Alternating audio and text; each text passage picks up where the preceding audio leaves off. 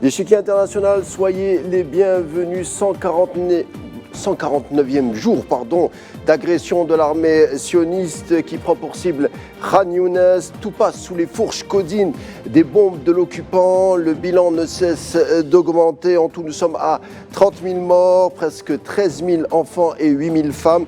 À Deir al-Balah, plusieurs Palestiniens sont tués dans une attaque contre un camion humanitaire. Le conducteur et plusieurs civils tués. C'est le troisième camion d'aide visé en 3 jours. D'ailleurs, ce week-end, une autre aide humanitaire a été ciblée. 126 morts. L'entité sioniste admet avoir massacré la population alors qu'elle tentait de prendre de la farine et autres denrées alimentaires, tout en prétendant dans un premier temps avoir voulu chasser les pillards. Les sionistes ciblent tout Palestinien. Et justement, cette image qui a soulevé un tollé ce week-end, celle de l'immolation d'un ancien soldat américain qui s'est immolé devant l'ambassade sioniste de Washington. Son nom, Aaron Bushnell. Ce genre d'image se veut être une dénonciation du sort réservé aux enfants razaouis. Bushnell avait rédigé un testament précisant que ses économies seraient versées à un fonds de secours aux enfants palestiniens. Un autre vétéran de l'armée américaine, il s'agit d'une femme, Joséphine Guibedo, qui dénonce les crimes à Gaza. Selon elle, l'armée sioniste dispose de la technologie nécessaire pour voir ce qui se trouve à l'intérieur des bâtiments quand elle bombarde ces derniers, et elle utiliserait délibérément cette technologie pour cibler les enfants. En effet, la dénonciation est mondiale et ne voilà-t-il pas que s'ajoute celle d'anciens vétérans de l'armée américaine. A tout de suite pour en parler.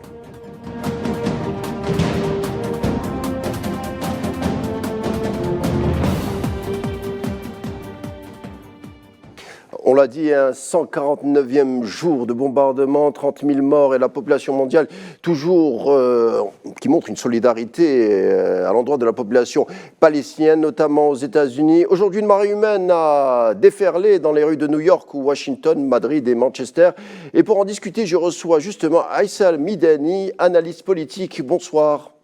Bonsoir. Bonsoir Karim. Bonsoir Merci. À tous les téléspectateurs d'AL24. Et je suis honoré d'être sur votre chaîne.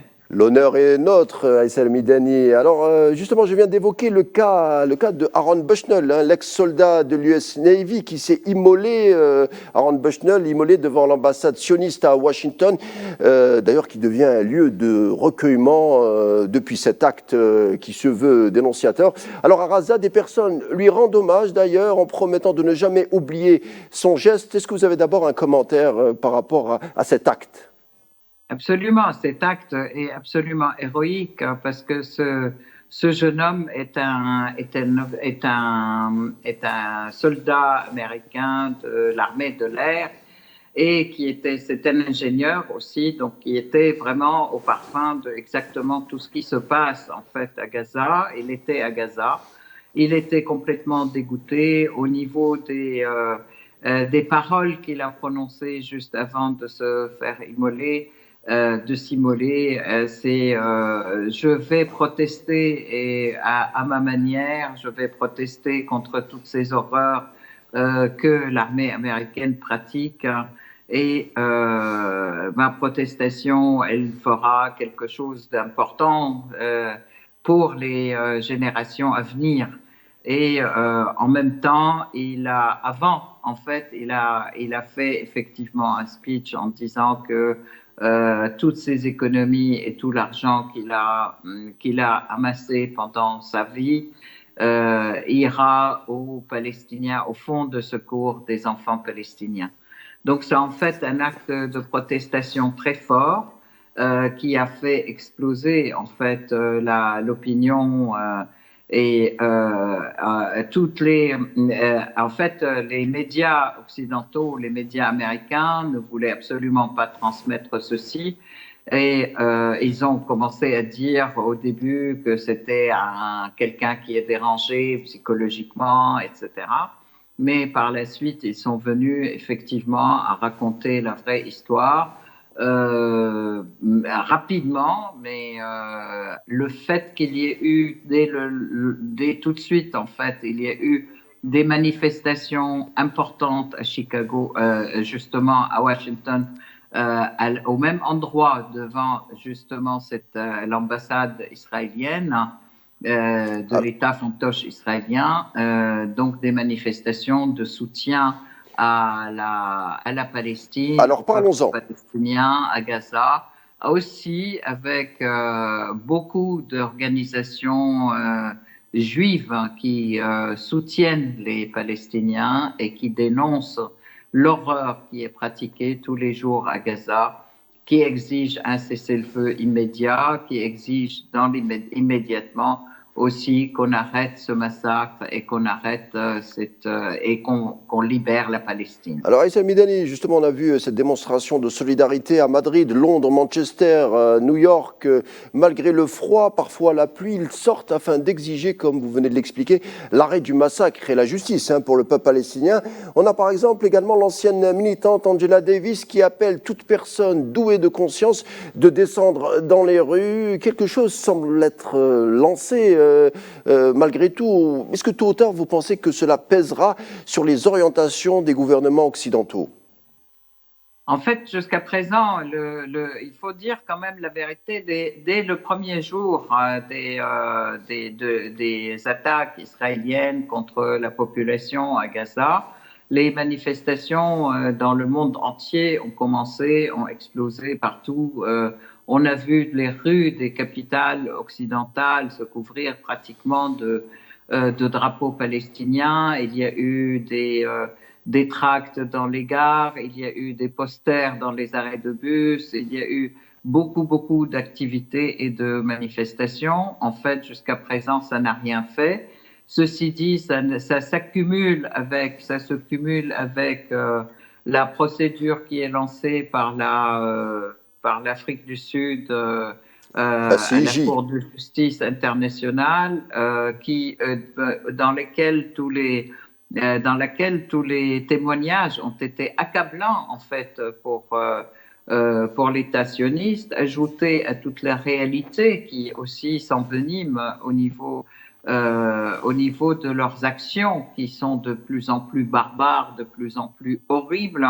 Les dernières en date sont le carnage en fait qui vise systématiquement les Palestiniens qui viennent qui viennent chercher les vivres, qui sont les rares vivres qui ont pu pénétrer par le passage de Rafah ou qui ont pu être largués par parachute du ciel. Sachant que les Israéliens empêchent effectivement toutes les aides humanitaires et alimentaires de passer par le passage de Rafah. Il y a des manifestations des colons israéliens qui empêchent qui tirent sur les voitures, sur les cargos et sur les camions qui amènent les vivres, à tel point qu'il y a les contenus des camions maintenant sont devenus ont pourri et n'arrivent toujours pas aux Gazaouis. Parce que le bombardement n'a pas cessé pendant 148 jours et tout ceci avec une complicité américaine sans limite qui fournit par un pont aérien en fait des munitions et des armes et des bombes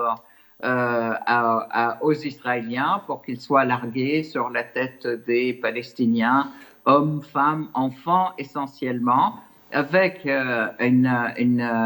aussi des armes toutes nouvelles avec de l'intelligence artificielle qu'ils testent justement, qu'ils Alors, larguent arrêtons-nous sur sur ce la point, population justement. de Gaza. Donc, Arrêtons-nous, comme vous si vous le voulez bien, pardon, sur ce point, Aïssel Midani, vous parliez de l'aide américaine. Justement, des chars sionistes prennent pour cible, et cela devient récurrent, des camions de denrées alimentaires.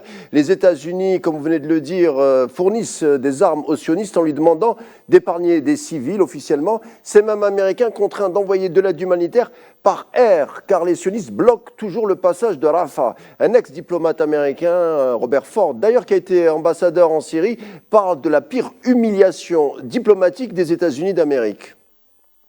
Mais de toute façon, c'est aussi toute l'hypocrisie des Américains des États-Unis d'Amérique et de ce gouvernement qui est meurtrier et qui commet les carnages. Il faut quand même rappeler que à plusieurs reprises, 5 fois, en fait, les États-Unis se sont opposés au cessez-le-feu. Ils se sont opposés même à des trêves alimentaires au niveau du Conseil de sécurité et au niveau du Conseil des droits de l'homme.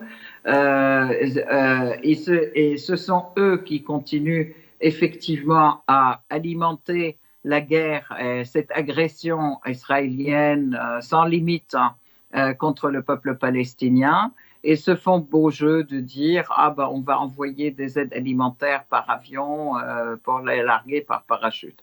Mais en fait, quand on voit la scène qui est complètement horrible, où les Palestiniens sont murés dans cette enclave de Gaza, ils sont sous blocus, ils n'ont pas le droit ni de sortir ni de rentrer, ils n'ont pas le droit ils empêchent on leur empêche aussi les aides alimentaires, on leur empêche toute fourniture de ce qui peut permettre la vie, mais en même temps, on les bombarde, on a détruit toutes les conditions de vie, on a détruit les circuits de distribution d'eau, les circuits même d'épuration d'eau, à tel point que toutes les eaux qu'ils boivent maintenant sont des eaux polluées et sales.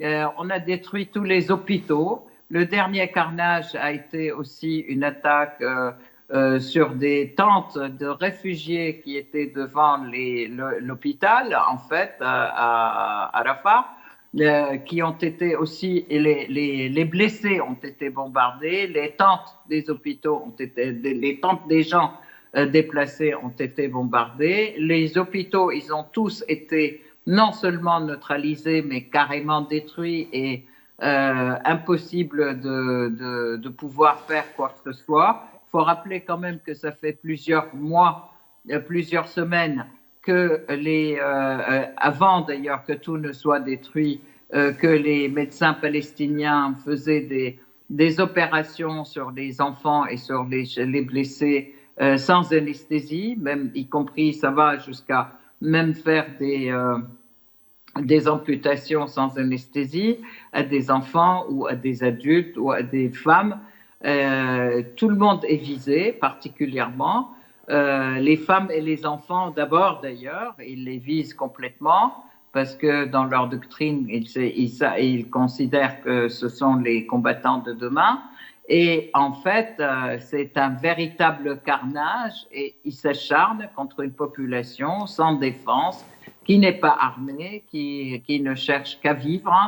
Et voilà. Parlons des massacres. Je dirais que c'est le plus grand génocide de l'histoire et toutes les instances internationales sont bloquées par les Américains et par les vétos américains et elles ne peuvent rien dire malgré les positions intéressantes et qui sont vraiment très, très positives du secrétaire général de l'ONU, Guterres. Alors parlons justement du massacre des enfants. Je vais partager une image un peu difficile. On va essayer de la commenter ensemble. Maïssa Al-Midani, cette maman qu'on devrait découvrir à l'écran qui vient de perdre ses jumeaux et son mari lors d'un bombardement cette nuit. Elle les a eus après 11 ans d'infertilité. Ces images illustrent, ces images difficiles, illustrent la souffrance des Palestiniens. Comment expliquez-vous, Maïssa Al-Midani, que ces images, par exemple, et bien d'autres, depuis presque 5 mois, n'émeuvent pas la communauté internationale et surtout n'émeuvent pas les sionistes? Cette absence de rahma, je le dis délibérément en arabe, car le sens est plus fort. Comment expliquez-vous cette absence de rahma du côté des sionistes et des occidentaux? Bon, je crois que ceux qui soutiennent le sionisme sont des fascistes dans l'âme, les sionistes et ceux qui soutiennent les sionistes. Et c'est quelque chose d'absolument abject. Ils sont démunis de tout sentiment humain, parce que tous ceux qui font tout ça, ils sont démunis de tout sentiment humain. Mais ils n'ont que l'appât du gain dans leur considération. Les sionistes viennent occuper un pays qui n'est pas le leur, et c'est depuis 100 ans maintenant. Et en fait, ils veulent se l'approprier, ils veulent se débarrasser de la population qui est gênante.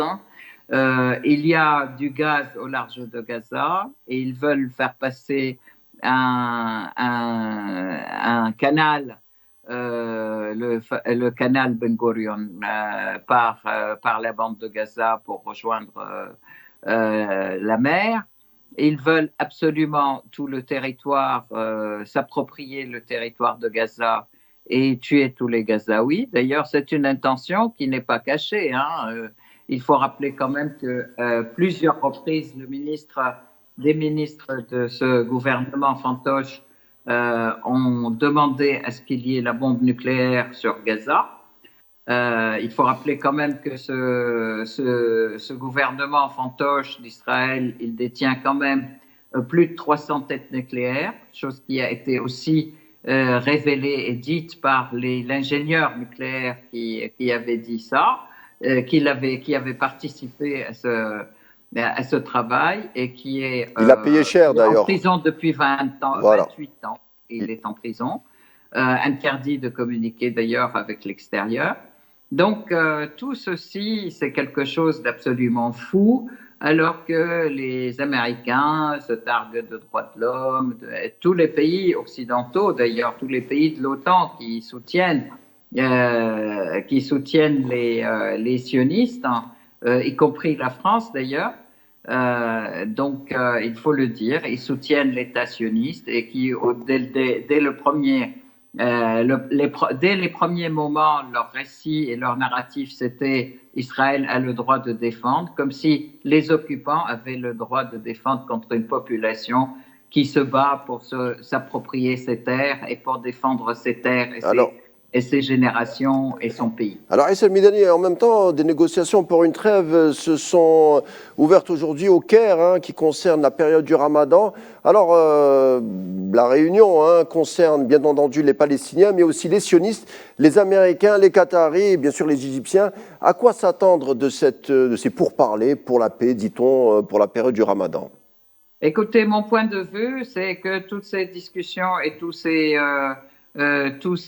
réunions sont plus pour gagner du temps en tuant davantage de Palestiniens, en essayant de casser le dos des Palestiniens et de toutes les organisations. Je voudrais rappeler quand même que en dehors de ce qui se passe à Gaza, ce qui se passe en Cisjordanie est absolument l'horreur totale, puisque les invasions des chars israéliens de tous les quartiers, de Jenin, de Naplouse, de Tulkarem, de Ramallah et de Jérusalem, Al-Quds.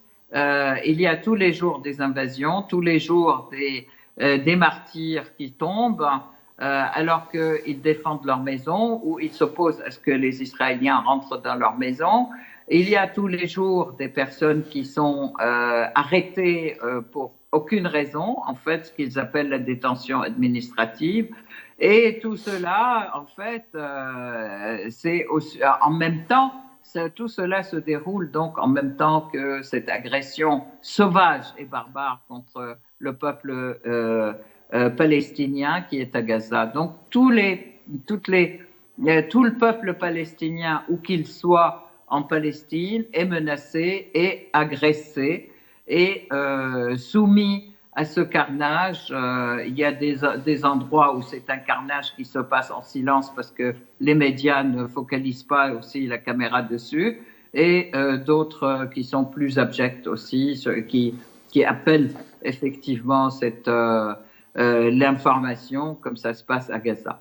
Alors, mais aussi, il faut dire, et je tiens quand même à le signaler, la résistance palestinienne elle tient bon. Elle a toujours la main sur le champ et sur les batailles.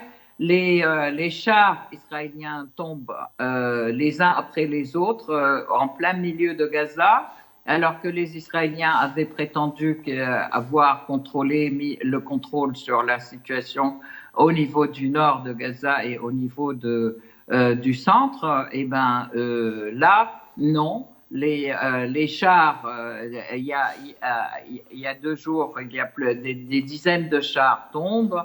en ruine. En fait, ils sont attaqués par les résistants. Il y a des officiers israéliens aussi qui tombent et des soldats. Les bombardements des Israéliens ont fait mourir, comme ça a été déclaré aussi par la résistance palestinienne, hier, 7 de leurs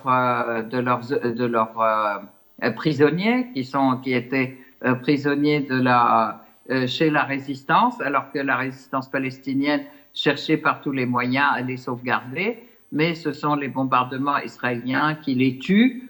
La résistance aussi, les forces de résistance libanaises, yéménites, irakiennes et syriennes continuent aussi à affluer et à soutenir la résistance palestinienne, chacun dans son domaine. Les Yéménites en interdisant la mer Rouge à tout ce qui vient vers Eilat, c'est-à-dire tout ce qui vient vers Israël et qui émane d'Israël. Et pour cela, ils ont effectivement attaqué des navires américains et britanniques, ce qui leur a valu d'être bombardés par les Britanniques et les Américains. Mais ils ont fait plusieurs déclarations disant que notre soutien au peuple palestinien ne s'arrêtera pas et toutes vos attaques ne feront qu'augmenter la détermination de notre peuple. D'ailleurs, ça a été aussi repris par des manifestations, des millions de personnes qui ont manifesté vendredi dernier, là, il y a 2 jours, leur soutien indéfectible au peuple palestinien. Les Irakiens, de la même manière, continuent à attaquer aussi les bases américaines en Irak et en Syrie, mais même ont attaqué des centres industriels à Haïfa, donc, et la résistance libanaise attaque aussi tous les centres de logistique et puis militaires, d'écoute, de direction d'aiguillage qui sont dans le nord, à Safad, et aussi maintenant dans le centre de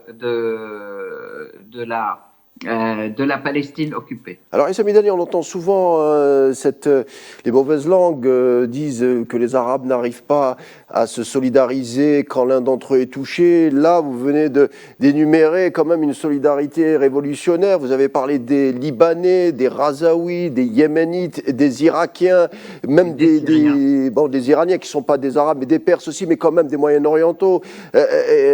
Pourtant, tous ces pays qui souffrent à la fois soit par des bombardements anglo-américains, soit par des sociétés qui ont été détruites par des invasions successives. Est-ce que, je vous pose la question et ça sera ma dernière, est-ce que le sort de cette région n'est pas finalement la résistance face à un sioniste colonisateur qui ne comprend que la voie des armes? Absolument, parce que le peuple palestinien il se bat pour tous les peuples de la région, en fait, pour le peuple arabe du Levant, de l'ensemble de cette région, puisque de toute façon, ils sont en train de viser un élargissement vers le Nil, vers l'Euphrate, etc. Ça, d'une part, il faut quand même rappeler que toutes les factions qui ont créé des problèmes, les factions terroristes qui ont participé à la destruction de la Syrie sous ordre américain ont été complètement liées aux Israéliens. Notamment et ces factions-là sont aujourd'hui en train d'être aussi combattues par la résistance syrienne et par l'armée arabe syrienne, et donc ça aide effectivement la résistance palestinienne. Que la destruction de la Syrie, c'était parce qu'elle soutenait aussi indéfectiblement la résistance palestinienne.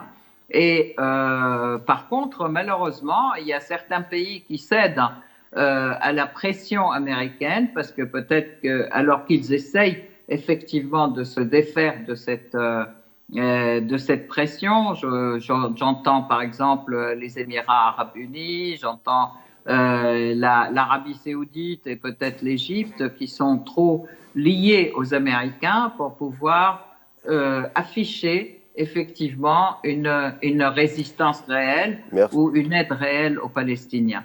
Malheureusement, mais ça viendra car les peuples comprennent et les peuples savent. Le peuple égyptien est un peuple résolument pro-palestinien, résolument arabe. Ça sera le mot de la fin. Merci beaucoup Aïssa Midani. On arrive malheureusement à la fin de notre entretien. Toujours un plaisir d'échanger avec vous Aïssa Midani. J'espère vous avoir bientôt pour l'échiquier international. Merci en tout cas d'avoir répondu présent ce soir. Et à bientôt. L'échiquier international arrive à sa fin. Et je vous dis à demain et bonne soirée.